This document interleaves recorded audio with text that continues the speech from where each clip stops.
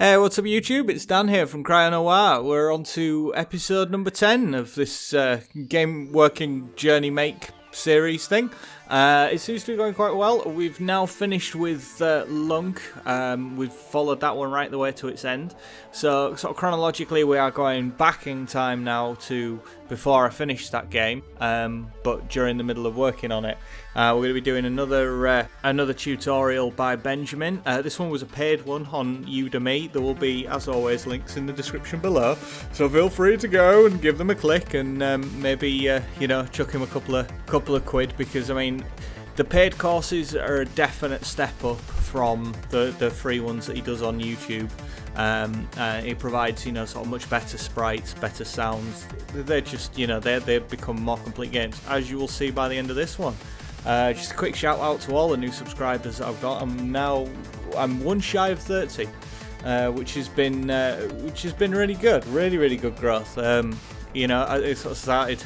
If you look at it a month or so ago, I did a video that was thank you to my subscribers, where I was happy that I had 3 subscribers that I couldn't name and didn't know personally, and now obviously that's kind of increased to nearly 30.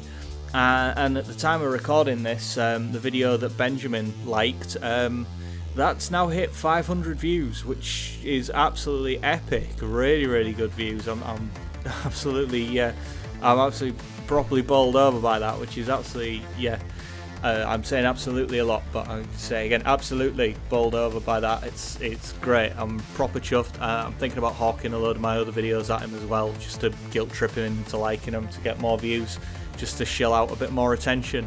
But with that in mind, thank you very much for watching, guys. Thanks for sticking with me, and we'll move on to the next episode. As with most games, the first step was to create some sprites. These consisted of the player's ship, an enemy ship, and a laser. All these sprites were provided, as per usual, by Benjamin and were up to his usual high standards. We then created some movement code for the player's ship and created an enemy spawner. This was an invisible object that would generate enemy ships at both random time and position intervals. We then also added 3 layers of background. One was a plain colour and the other 2 were stars of different sizes. They would move in the same direction but at different speeds to give the illusion of depth.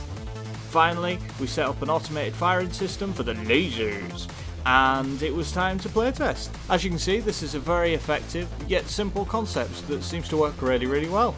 Over the course of the next few videos, more and more was added in quick succession. We added a second enemy that could fire back and would only be spawned once the player's score was over 100. And we added a scoring system. We also added a health system with sprites that looked like an energy bar depleting when the player was hit. We also added a health pickup, an explosion sprite for when enemies were destroyed, and a groovy power up for the lasers that would double the number of lasers that were being fired.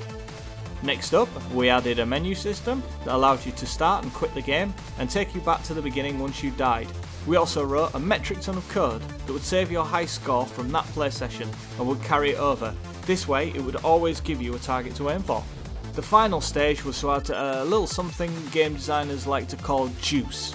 Adding juice is a generic and undefinable term that takes a completely functional or playable game and then turns it into something that someone would actually want to play.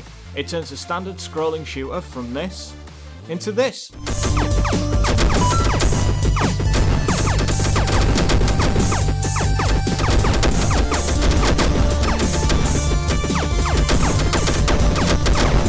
By adding particle effects to the explosions, some sound effects and a lot of screen shake, it totally transforms the game. The shaking and juddering also makes the game quite a bit harder to play too. As the screen oscillates from side to side, you're constantly having to refocus on the action, making dodging incoming projectiles all the more harder. The crazy amount of particle effects obscuring your view means that the fast moving starter ships can be a third of the way down the screen before you see them, making avoiding them much less of a sure thing.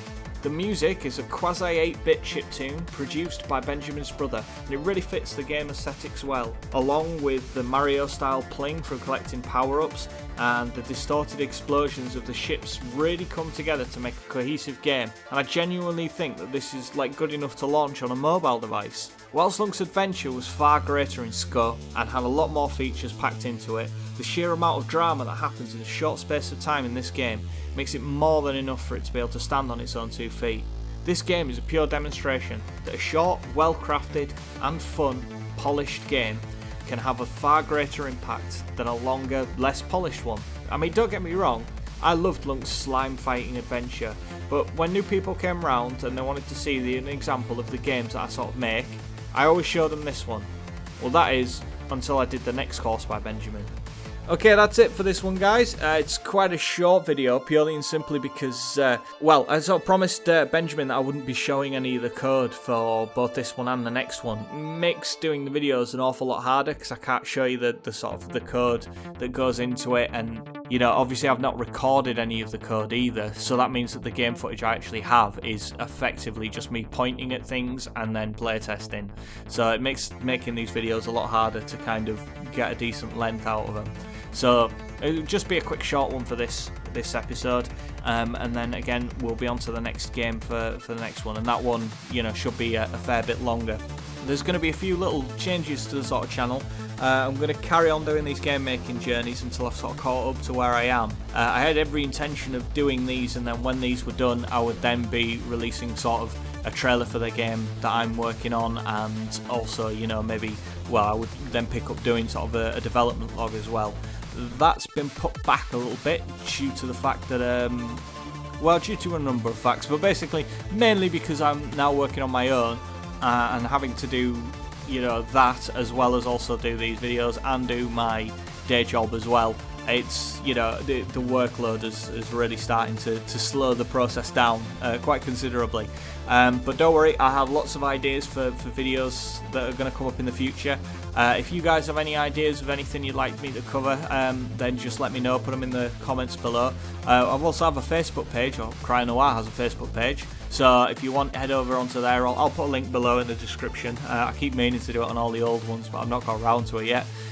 But yeah, I'll put a link in the description, so head over there, give it a like, and feel free to message me with any ideas you might have, and maybe I'll do them.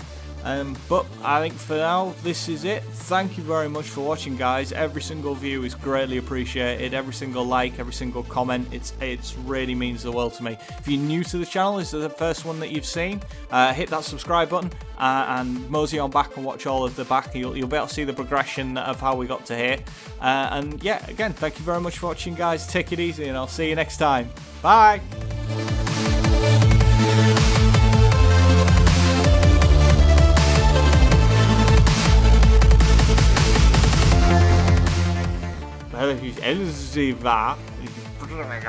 Oh god, oh god.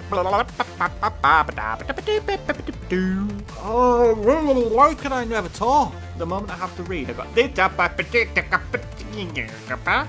go me ging ging ging.